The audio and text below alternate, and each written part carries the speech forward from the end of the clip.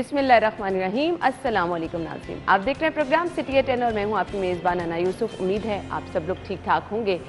आज के शो में कुछ रनडाउन में अगर आपसे डिस्कस करूं, खबरें भी हम शामिल करेंगे और सेगमेंट्स भी हमारे प्रोग्राम का हिस्सा होंगे। और आज हम स्पेशली बात करेंगे काले मोतियों के हवाले से। अवेयरनेस देना बहुत ज़्यादा ज़रूरी है।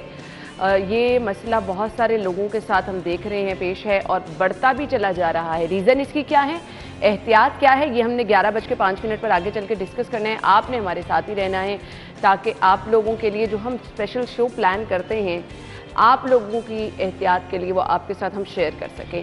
फ़िलहाल आगाज़ आज की अच्छी बात से। बिस्मिल्लाहिर्रहमानिर्रहीम।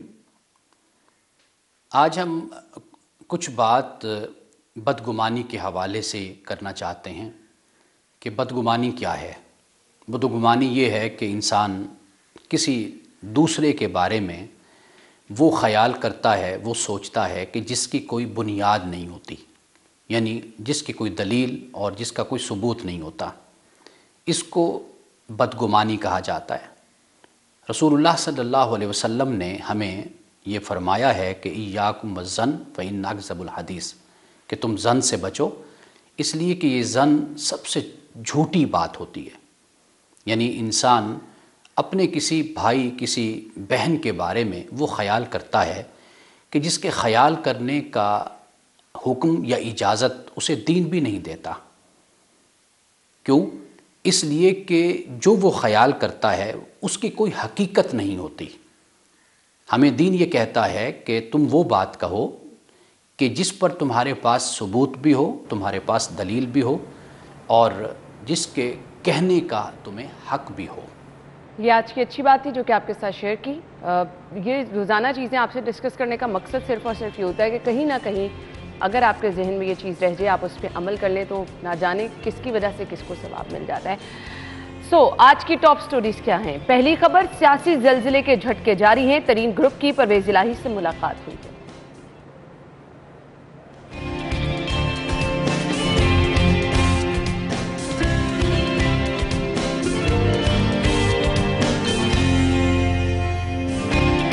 एहसास प्रोग्राम खवातीन के लिए दर्द सर बन गया। खवातीन घंटों लाइन में लगने के बाद भी खाली हाथ वापस।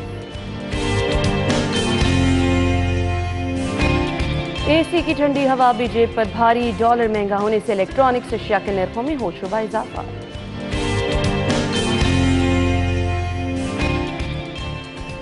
और एक्साइज अफसरान की नहली से शहरी परेशान क्यों हैं, ये भी आपको बताएंगे आज के शो में।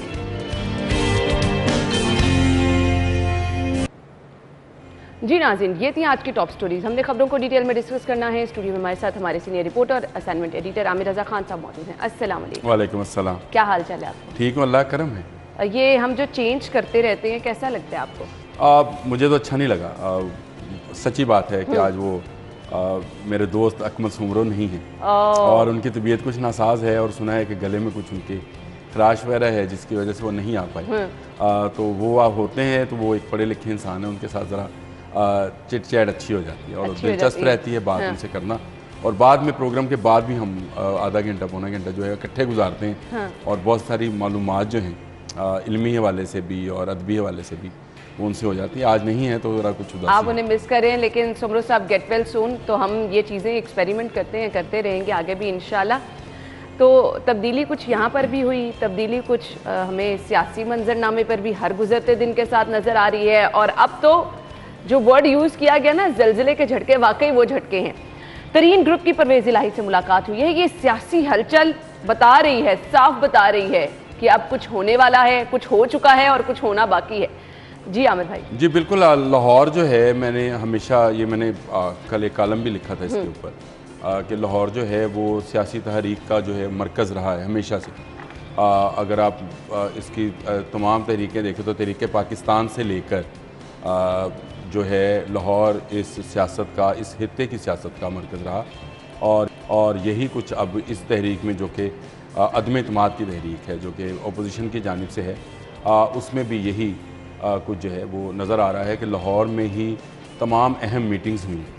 यहाँ पर वज़ीर आज़म आज भी आ रहे हैं, इससे पहले भी आए। मुख्तलिफ़ लोगों की जो मुलाकातें हैं, जो इसकी एक पूरी थीम थी वो यहीं पर तैयार हुई। जरदारी साहब ने यहाँ पर स्टे किया और जब उन्होंने स्टे किया तो उन्होंने कहा लाहौर में इसलिए आया हूँ कि यहाँ से चलने वाली सियासी तहरीक जो है वो कामयाब होती है, और वो अब वो इसको इस नहज तक ले आए हैं आसिफ अली जरदारी कि आज हुकूमत के अरकान के अंदर से भी आवाज़ें जो हैं वो हुकूमत के ख़िलाफ़ आ रही हैं। और स्पेशली ये जो कल मुलाकात हुई तरीन ग्रुप की परवेज़ रईस से, तो ये पंजाब में जो हुकूमत साजी है या हुकूमत की तब्दीली है उसके लिए एक वाकई ही एक ज़लज़ले का झटका है और बड़ी खबर है। सीएम साहब के खिलाफ जो एक तबले जंग बज उठा है, मतलब मुझे इसकी कुछ समझ नहीं आ रही है। मैंने कल भी ये बार बार बात कही कि क्या कहते हैं बेचारे सीएम साहब, किसी को मासूम से हैं। अच्छा, सीएम साहब किसी को कुछ कहते नहीं है। हाँ, असल मसला ये है उनका। अच्छा, ये असल मसला है। आप अंदाज़ा करें कि जितना ब्यूरोक्रेसी इस दौर में रिलैक्स है और जिस तरह से ब्यूरोक्रेसी 3-4 बजे घर जाके सो रही है, इसका तसव्वुर भी पिछले दौरे हुकूमत में वो नहीं कर पाती थी। और आज हर ब्यूरोक्रेट कहता है कि जी हमें बहुत सुकून है क्योंकि हमें प्रेशर कोई नहीं है वज़ीर आला की तरफ से, वज़ीर आला हाउस की तरफ से। ये अगर प्रेशर नहीं है तो फिर इसका मतलब है काम नहीं है। तो वो किसी को कुछ कहते नहीं हैं वज़ीर आला, यही उनकी नेक नामी है। तो ऐसी नेक नामी को हमारे यहाँ डेवलपमेंट और सियासत के लिए जो है वो अच्छा शगुन नहीं समझा जाता। तो यही हुआ कि अब अंदर से आवाज़ें जो हैं पीटीआई के अंदर से आवाज़ें आना शुरू हुई। जहांगीर तरीन ने पहले ख़ुद को साइड लाइन पर किया, अब्दुल अलीम खान मिल गए, कल मज़ीद शमशान बुखारी वगैरह ने भी मुलाकात की। और अभी हमारे आमिर भाई टिकट्स भी चल रही हैं। मजीद सियासी सरगर्मी का मरकज़ ऑलरेडी तो है, प्राइम मिनिस्टर साहब आ रहे हैं, सदर मुमलिकत साहब आ रहे हैं। तो सदर मुमलिकत तो आज खैर हॉर्स एंड कैटल शो के लिए आ रहे हैं। हाँ। और ये अच्छा इवेंट है, लेकिन जो वज़ीर आज़म आ रहे हैं ये भी एक तरह के हॉर्स एंड कैटल शो की ही वो एक शक्ल है। कुछ इस्लामाबाद में है जो लगा हुआ मेला, और कुछ मेला जो है वो आज लाहौर में लगने जा रहा है। वादे वईद हैं दोनों तरफ से सियासतदान जो हैं वो सियासत की बाजियां खेल रहे हैं। अच्छा, जो मंजर पे नजर आ रहा है और बैकडोर जो कुछ हो रहा है, मुझे दोनों में कुछ ना डिफरेंस नजर आ रहा है। मुलाकातें तो हो रही हैं लेकिन पीछे जो कुछ था वो प्लान हो चुके हैं। आमिर भाई, ये आप भी एग्री करेंगे? वो कहते हैं कि उसके हर मंजर के पीछे एक पस मंज़र होता है और उस पस मंज़र को समझना ही सियासत है। हाँ। ये जब जरदारी साहब ने लाहौर में क़याम किया था तो उस वक्त भी मैंने लिखा था कि इनका आना यहाँ पर मैनी हेज़ है। और दूसरा, वज़ीर आज़म इमरान खान जो हैं उन्होंने भी अपनी पॉलिसीज़ कुछ ऐसी स्ट्रिक्ट रखी जिसमें किसी जगह कोई लचक नहीं थी। बहुत पहले से आवाज़ें थी कि पंजाब में वज़ारत आला जो है उसको किसी ऐसे शख्स को दी जाए जो बहुत एक्टिव हो। यहाँ इस सूबे ने परवेज़ इलाही की वज़ारत आला देखी, शहबाज शरीफ की वज़ारत आला देखी, तो यहाँ के लोगों को भी उस स्पीड पे जो है तरक्याती काम नज़र आने चाहिए। लेकिन आपके सामने है, मैंने जिक्र भी किया कि ब्यूरोक्रेट्स जो हैं वो इस दौर में जितना सहूलत से ज़िंदगी बसर कर रहे हैं शायद इससे पहले नहीं थी। तो ऐसा वज़ीर आला यहाँ पे चाहिए था। ये 65% पाकिस्तान है अगर पंजाब को समझा जाए, और ये दुनिया के बहुत सारे ममालिक से एक बड़ी जगह है, बड़ी आबादी है और बड़े मसाइल की रखती है।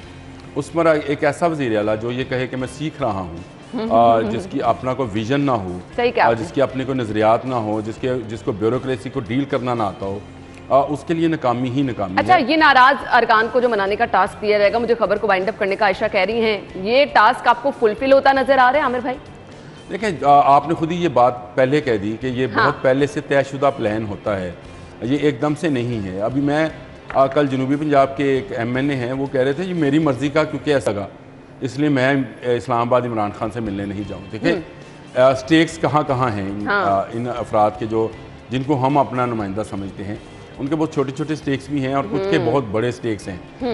यहाँ सिर्फ पैसों का मामला नहीं है, यहाँ सिर्फ हार्स ट्रेडिंग की बात नहीं है। बात यह है कि लोगों ने आज से 1.5 साल के बाद वोट लेने अवाम में जाना है। कारकर्दगी क्या है, इस पर वोट मिलेगा, चाहे मैं वोट दूँ ना चाहे आप वोट दो, हम देते कारकर्दगी पर वोट हैं। हुकूमत किसकी बनती है ये एक अलग कहानी है, वो एक अलग शायद यहाँ बयान भी नहीं की जा सकती। लेकिन वोट कारकर्दगी पर लेना है तो अवामी नुमाइंदे जो हैं, जब उनको नज़र आता है कि अब इलेक्शन ईयर आने वाला है, इस बजट के बाद इलेक्शन ईयर आ जाएगा, तो उस इलेक्शन ईयर में वो आवाम के पास कैसे वोट देके भी बहुत सारे लोगों के दिल टूट गए। आपने क्या वोट वाली बात दोबारा कर दी है? नहीं, वोट दे के टूट नहीं जाते थे, लेकिन वोट ही एक रास्ता है और कोई रास्ता है, लेकिन लोगों के दिल टूटे हैं वोट देके।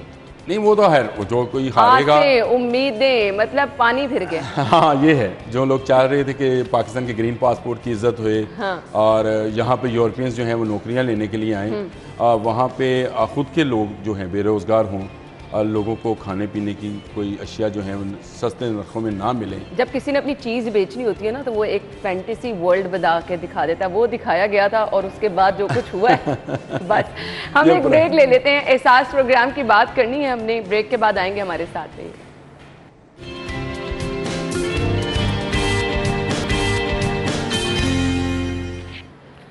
वेलकम बैक नाज़रीन, एक बार फिर से आपको खुश आमदीद कहेंगे। और हम कल वाला ये सीन हो रहा है कि हम अगली खबर पे जाना चाह रहे थे, लेकिन ये सियासी सर्कल हमें बार बार उसी के अंदर लेकर आ जा रहा है। प्राइम मिनिस्टर साहब आ रहे हैं और खासी हलचल मचने वाली है। वो आ रहे हैं नाराज अरकान को मनाने के लिए, जैसे रूठी हुई बीवी मनाई जाती है शायद इस तरह से कुछ मनाया जाएगा और उसका बेहतरीन तरीका। मान जाती है, ये नहीं मानेंगे? नहीं, गिफ्ट शिफ्ट दे, छोटा मोटा मान जाती। हाँ, अच्छा, ये भी बात है। ये जो है, ये आपने सही कहा। बीवी को गिफ्ट दे मान जाती, तो इसी तरह अरकान भी मान जाएंगे।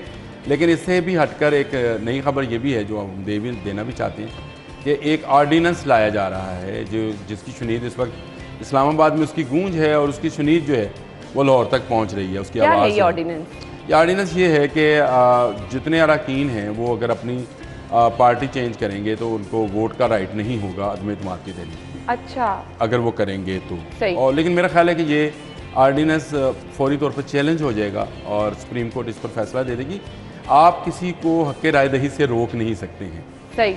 फ्लोर क्रॉसिंग का एक कानून पहले से मौजूद भी है कि अगर आप अपनी पार्टी को during the duration of assembly छोड़ते हैं तो आपको वो सीट से भी डी सीट कर दिया जाता है, हाथ धोना पड़ते हैं। लेकिन उसके लिए भी एक हल निकाला हुआ है। अब जो कानूनदान हैं बड़े अहम और मज़े की चीज़ें निकाल के लाते हैं। उन्होंने एक और तरीका निकाला हुआ है, वो है जी फॉरवर्ड ब्लॉक बनाने का।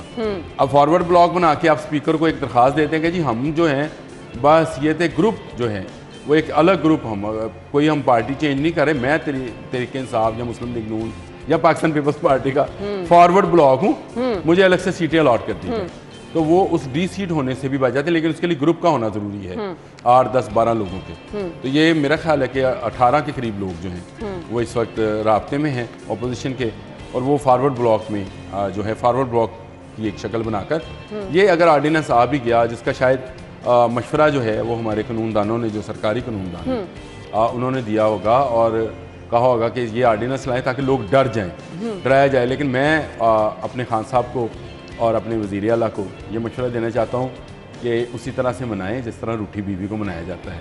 उसके लिए अदालती नोटिस या ऑर्डिनेंस नहीं भेजे जाते उसको मनाने के लिए, वो और मामला खराब होता है। मैं चाहती हूँ आयशा आप ना जरा सोलो दिखा दें आमिर भाई को, और आमिर भाई के जो एक्सप्रेशन थे ना कि उसी तरह से मनाएं। जरा आमिर भाई दोबारा कहते हैं। नहीं, मैंने वो तो खान साहब को उनको मशवरा दिया है कि जैसे रूठी बीवी को मनाया जाता है उसको कुछ दे दो के गिफ्ट देते हैं और उसको कुछ प्यार करते हैं, कुछ पचकारते हैं, और उसके बाद अगर उसको अदालती नोटिस भेजे ना साले आ जाते हैं मारने के लिए।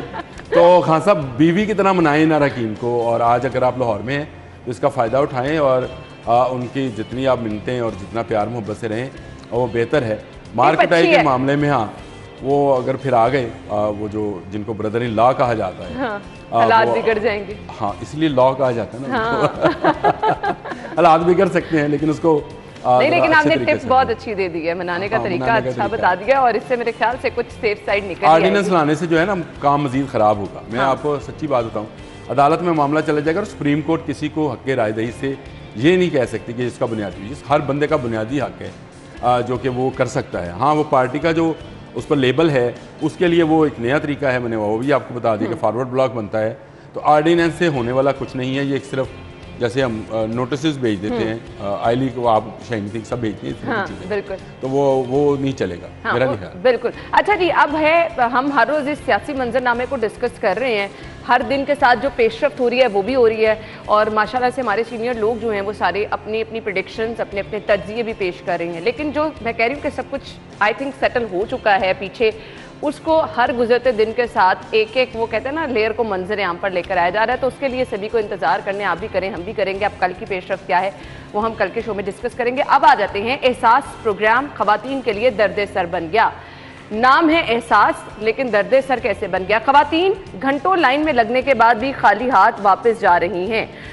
मैं इस खबर को आयशा डिस्कस कर लूँ या हमने ब्रेक की तरफ जाना है? बल्कि कर लेते हैं। जी आमिर भाई क्या कहेंगे? ये बहुत अच्छा प्रोग्राम था, एहसास प्रोग्राम। मैं इसके हक में हूँ कि जो गरीब लोग हैं उनको महंगाई के तनासुब से जो है कुछ ना कुछ जो पैसे हैं वो मिलते रहें, लेकिन इसका तरीक़ाकार इतना गलत बनाया इन्होंने कि वही लाइनें लग गई और वही रश हो लाइनें गया। देखें, हालात देखें। बहुत बुरे हालात हैं। ये तो आप ये कह रही हैं, मुझे अभी दफ्तर में ही कुछ लोगों ने कहा कि जी मेरी अम्मी गई थी एहसास प्रोग्राम के तहत पैसे लेने के लिए, किसी ने कहा मेरी खाला गई थी, और लाइनें इतनी लंबी हैं कि उसमें कुछ नहीं हो सकता।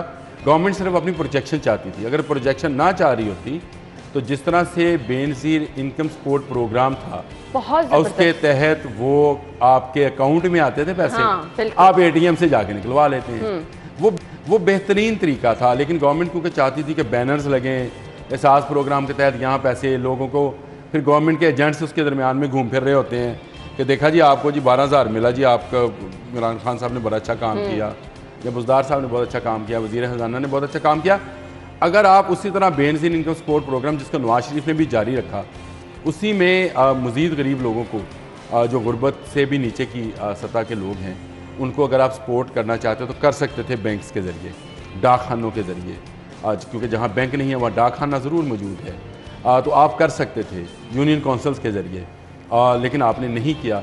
आपने सिर्फ एक वो सेंटर बना दिया और उस सेंटर के अंदर वो अंगूठा लगाने में और फिर वहाँ पे रिश्वत सतानी इतनी है कि जो पुलिस वाला आपको कहता है जी मैं आपको 13,000 12,000 13,000 ले देता हूँ, इसमें 2,000 मेरा होएगा, आप आए मेरे से पिछले दरवाजे, तो सब मिले हुए हैं। और वहाँ पे अक्सर ये शिकायत रहती है। तो एहसास प्रोग्राम को अगर हम वाकई में एहसास प्रोग्राम करते, ये बड़ा अच्छा था, लेकिन हम आमिर भाई, हम यहीं से गुफ्तगू का सिलसिला आगे बढ़ाएंगे। अभी हाजिर आपने मुलाहिज़ा कि ब्रेक का कहा जा रहा है, ब्रेक के बाद आते हैं हम।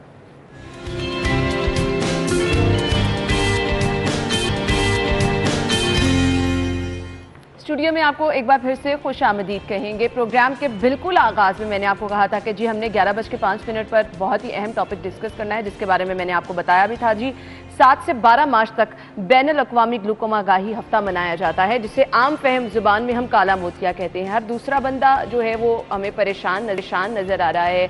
काला मोतिया बहुत ज़्यादा लोगों का मसला बनता चला जा रहा है। बेसिकली इसकी वजूहात क्या हैं, क्यों काला मोतिया होता है, इसकी इनिशियल स्टेजेस क्या हैं, बच्चा इससे कैसे जा सकता है और इसके लिए एहतियात क्या है, और खुदा ना खास्ता जो लोग इसका शिकार हैं उनके लिए इलाज क्या है, डिफरेंट स्टेप्स क्या हैं। डायबिटीज़ पेशेंट जो है बहुत ज़्यादा मुतासर हो जाते हैं इससे, और उनका इलाज क्या है, उनके लिए स्पेशल एहतियात क्या है। अवेयरनेस पहुंचाना हमारा आज के प्रोग्राम का मकसद है, जो कि हम मैक्सिमम कोशिश करेंगे कि आप तक पहुंचा सकें और आपको बता सकें कि आपने महफूज अपने आप को किस तरह से रखना है। स्टूडियो में जो हमारे साथ हमारे मेहमान मौजूद हैं, तारुफ कराना चाहूँगी। हमारे साथ डॉक्टर समन मौजूद हैं, जो कि ग्लूकोमा इंचार्ज म्यू हॉस्पिटल हैं, और उनके साथ डॉक्टर सुहेल साहब मौजूद हैं, फॉर्मर प्रिंसिपल आई डिपार्टमेंट म्यू हॉस्पिटल हैं। अपने मेहमानों को खुशामदीद कहेंगे। अस्सलाम वालेकुम। वालेकुम अस्सलाम। क्या हाल चाल है? अच्छा डॉक्टर समन, आपसे आगाज़ कर लेते हैं। ये जो आगाही वीक मनाया जा रहा है, बेसिकली कितना ज़रूरी है, इसका मकसद क्या है? जी, पहले तो मैं शुक्रिया करूंगी आपको मुझे इस प्रोग्राम में बुलाने का, थैंक यू सो मच। और इस हवाले से ग्लूकोमा वीक, क्योंकि देखें दिनों के हिसाब से लोग वर्ल्ड डेज मनाते हैं, बट इसका इतनी ज़रूरत है ग्लूकोमा की अवेयरनेस की कि इसका पूरा हफ्ता मनाया जाता है, क्योंकि लोगों में इसकी आगाही बहुत कम है।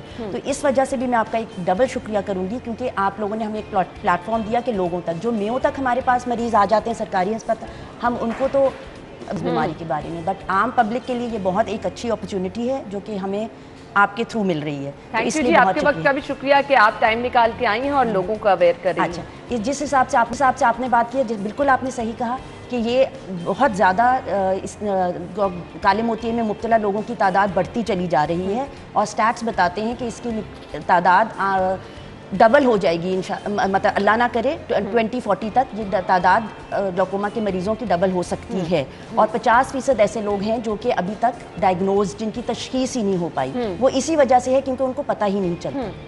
तो यानी सबसे पहले तशखीस होना जो है वो बहुत बड़ा अमल है। डॉक्टर साहब, तशखीस ही नहीं हो पाती, क्या सिम्टम्स इसके हैं और वजूहात भी बताइएगा कि होता बेसिकली क्यों है, फिर हम सिम्टम्स की तरफ आएंगे। जी बहुत बहुत शुक्रिया आपका दावत देने का। आजकल जो है काला मोतिया की अवेयरनेस प्रोग्राम चल रहा है, और काला मोतिया एक ऐसी बीमारी है जो कि silent stealer of your vision है।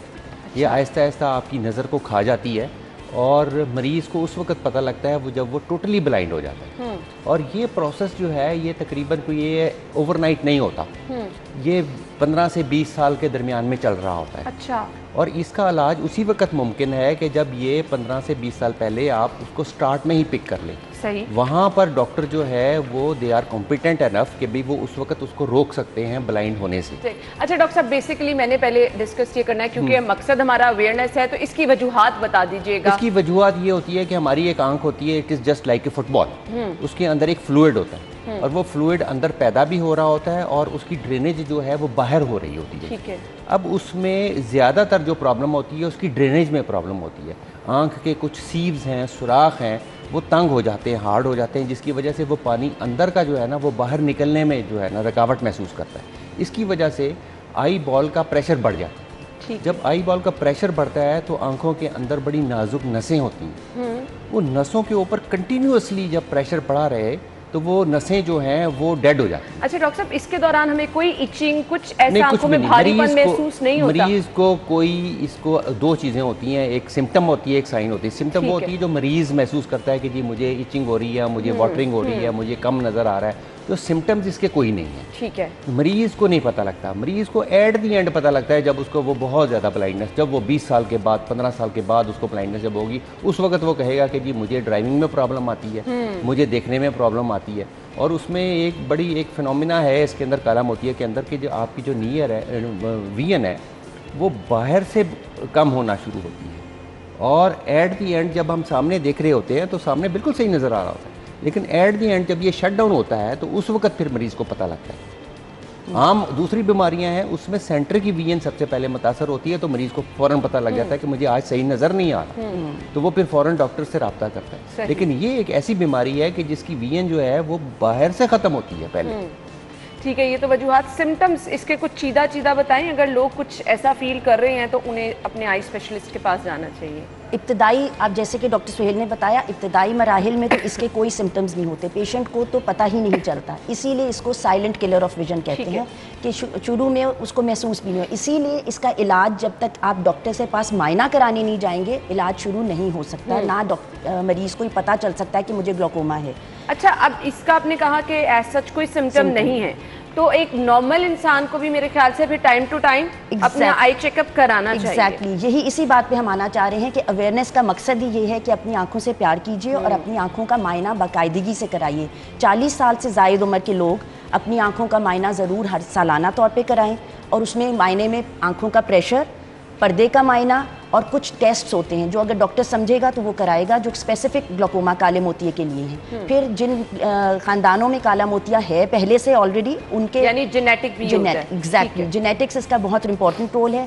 फिर शुगर के मरीज़, ब्लड प्रेशर में मुब्तला मरीज़, वो लोग जिनको ऐनक लगी हुई है, जिसको मायोपिया कहते हैं, दूर की ऐनक लगी हुई है, उन लोगों में चोट लगने की सूरत में, स्टीरॉयड का ज़्यादा इस्तेमाल, ज़्यादा देर तक इस्तेमाल करने की सूरत में काले मोतिये का हो सकता है, चांसेस ज़्यादा हो सकते हैं। और फिर ये सिर्फ काला मोतिया बड़ों में ही नहीं है, बच्चों में भी ये काला मोतिया की मर्ज हो सकता है, पैदाइश से लेके यंगस्टर्स तक भी। अच्छा जी, इसमें चांसेस हो सकते हैं। अब नॉर्मली हम इस चीज़ को ज़रूरी नहीं समझते हैं, हालांकि मेरे ख्याल से आपकी पूरी दुनिया आपकी आंखें ही हैं। आपको जो इर्द गिर्द सब चीज़ें नज़र आ रही हैं, कुदरत के ये शानदार नज़ारे देख रहे हैं, आप आंखों की वजह से देख सकते हैं।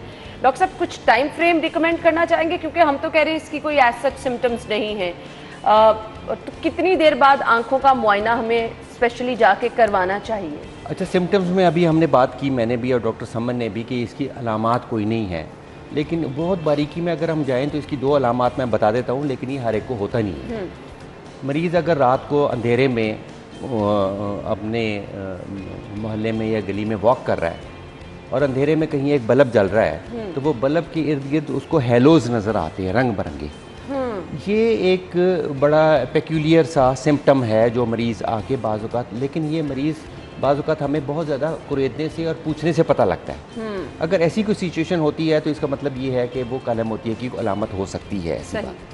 दूसरी एक अलामत जो है वो ये है कि काला मोतिये में जनरली सुबह जब मरीज़ उठता है तो उसको ब्लर नज़र आता है और ये 2-3 घंटे में ठीक हो जाता है। ये जो दो सिम्टम्स मैं कह सकता हूँ कि ये इससे रिलेटेड हैं काला मोतिया से, लेकिन ये हर एक को नहीं होते, बहुत कम से लोगों को होते हैं। इसलिए हम जनरली जब सिम्टम्स की बात आती है काला मोतिया की, तो हम फिर इतनी ज़्यादा इस पर डिस्कशन नहीं करते इन दो बातों पर।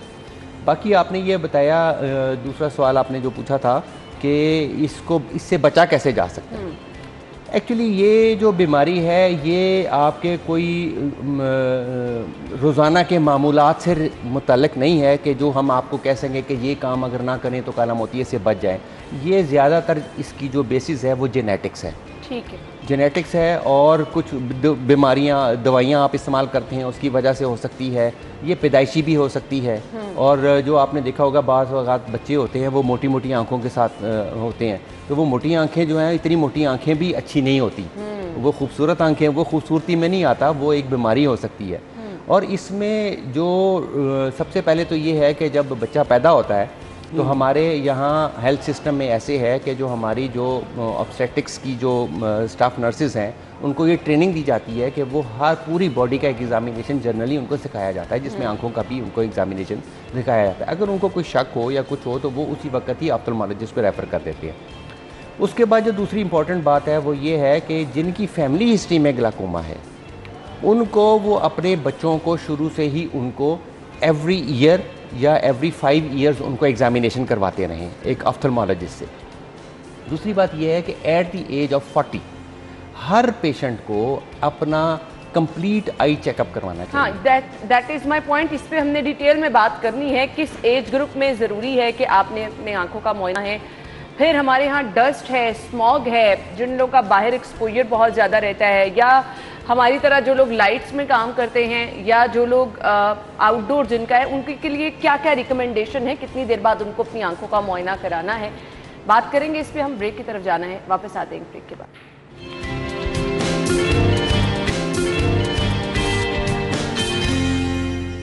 Welcome back. अब हम प्रोग्राम में अपनी गुफ्तगू का सिलसिला आगे बढ़ाएंगे और हम बात कर रहे हैं जी काला मोतिया के हवाले से। वजूहात इसकी क्या है वो भी हमने डिस्कस कर ली। अब बेसिक इसका पॉइंट क्या है कि आपने एहतियात किस तरह से करनी है, और एहतियात का वाहिद एक हल हम यही डिस्कस कर रहे हैं कि आपने चेकअप कराना है। किस एज ग्रुप में ज़रूरी है और किस तरह कितने टाइम के बाद आपको डॉक्टर से चेकअप कराना। डॉक्टर समन क्या रिकमेंड करना चाहेंगे? Thank you. जैसे कि मैंने बताया 40 साल बड़ों में, एडल्ट में 40 साल के बाद हर सालाना मायना कराना है। शुगर के मरीज़ों को, ब्लड प्रेशर के मरीज़ हर साल में 2 मरतबा मायना करवाएं अपने डॉक्टर से, जिसमें वही चीज़ें जो मैंने आपको बताई हैं कि प्रेशर, पर्दे का मायना और कुछ तशखीस के जो इन्वेस्टिगेशंस हैं जो हम अभी जिक्र करेंगे बाद में। फिर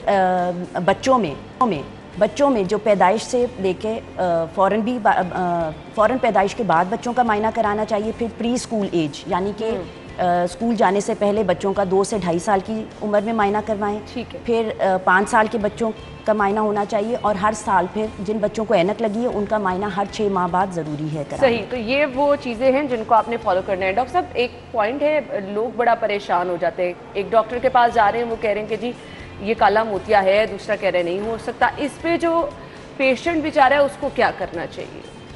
उसमें ये है कि हमारे पास अब मॉडर्न साइंस इतनी आ गई है कि हमारे पास अब सिर्फ डॉक्टर जो मुआयना करता है उसके अलावा भी हमारे पास कई टेक्नोलॉजी आ गई है जिससे हम उसको तशखीस कर सकते हैं। ठीक है। अब उसमें सबसे ज़्यादा इम्पॉर्टेंट ये है कि हमारी आँख से जो एक नस जा रही है दिमाग को, अब लेटेस्ट टेक्नोलॉजी से हम उस नस की मोटाई मालूम कर लेते हैं। अच्छा। वो जो काला मोतिया में है वो मोटाई कम होती रहती है, और वो मोटाई जो है वो तकरीबन कोई 100 माइक्रॉन्स के करीब होती है। अगर वो 95 से कम हो जाए और उसमें कुछ और भी शक्लो शबाहत जो होती है उस नस की, उसको देख के हम बता सकते हैं कि इसमें काला मोतिया है या नहीं है। और इसके अलावा जो जनरल ऑप्थेल्मोलॉजिस्ट के पास जो पैरामीटर होता है वो ये होता है कि वो आंख का प्रेशर चेक कर लेते हैं कि कितना है। प्रेशर जो है वो तकरीबन को 20-22 से ज़्यादा नहीं होना चाहिए। सही। अगर उससे ज़्यादा है तो इसका मतलब ये है कि वो काला मोतिया की अलामत में शामिल हो सकता है। ठीक है। और दूसरी एक ये है कि एक वीएल फील्ड जो मैंने पहले जिक्र किया कि भी यहाँ बाहर से नज़र कम होती है, तो वो बाहर से जो नज़र कम होती है उसको भी हम चेक कर लेते हैं, एक ख़ास तरीका होता है। ठीक है, हमारे पास क्योंकि वक्त कम है तो मैं आपसे पूछना चाहूँगी, पाकिस्तान में काला मोतिया का मौसर इलाज मौजूद है, जदीद इलाज? बिल्कुल जी, काले मोतिया का इलाज मौजूद है। उसकी जल्द तशखीस होने के बाद हम कतरों से फर्स्ट लाइन हमारी ट्रीटमेंट कतरों से इलाज है, जो कि सारी ज़िंदगी चलने होते हैं।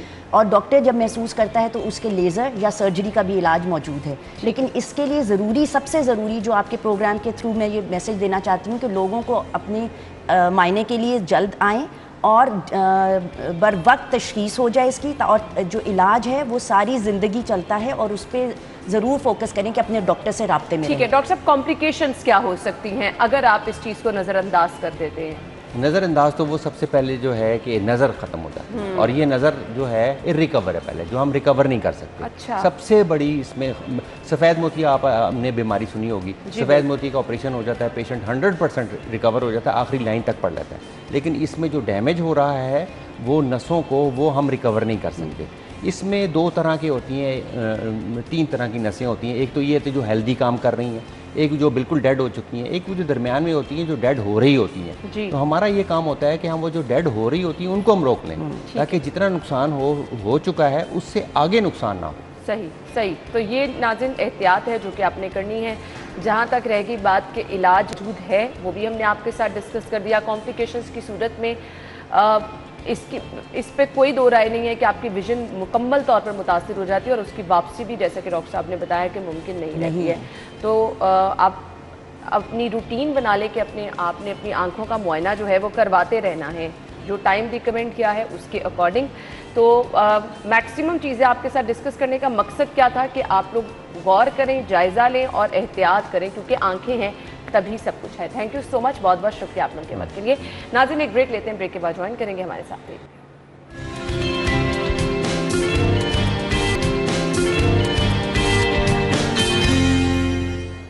खुश आमदीद आपको कहेंगे। अब कुछ शहर में जो हैपनिंग्स हो रही हैं उनका जिक्र कर लेते हैं, क्योंकि लाहौरियों के लिए ये फेस्टिवल सजाए गए हैं।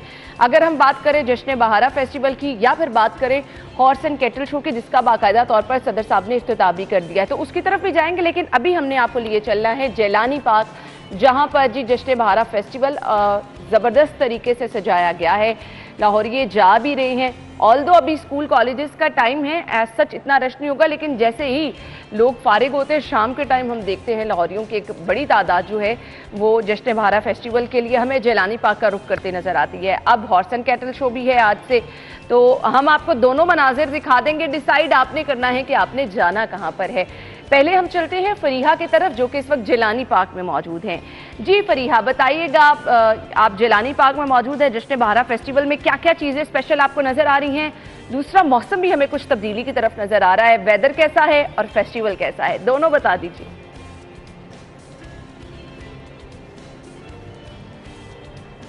जी बिल्कुल है ना, इस वक्त मैं जेलानी पार्क में मौजूद हूँ। सबसे पहले अगर हम मौसम की बात करें तो लाहौर में जो है मौसम में भी तब्दीली देखने को नज़र आ रही है।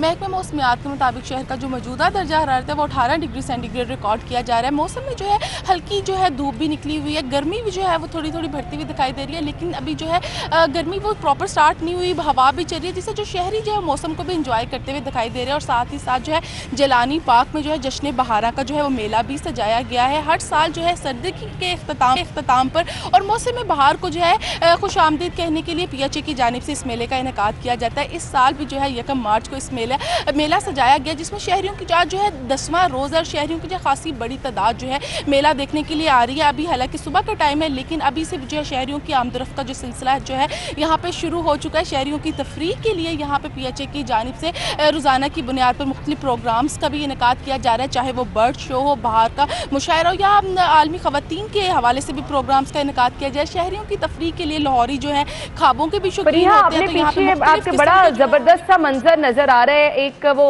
विलेज का माहौल बनाया गया है, तो कुछ बताइएगा आपके पीछे क्या क्या चीजें हैं?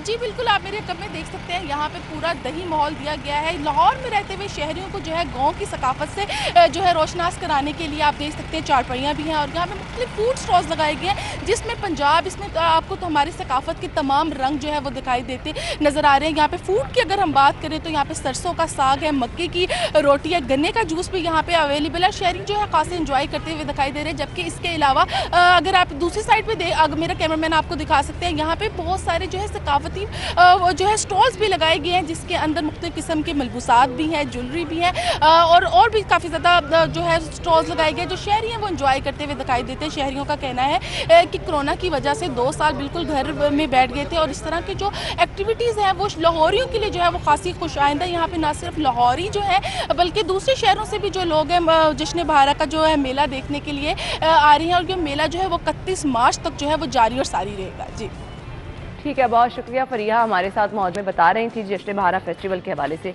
ब्रेक के बाद आपको ज्वाइन करेंगे, कहीं मत जाइएगा, हमारे साथ ही रहिएगा।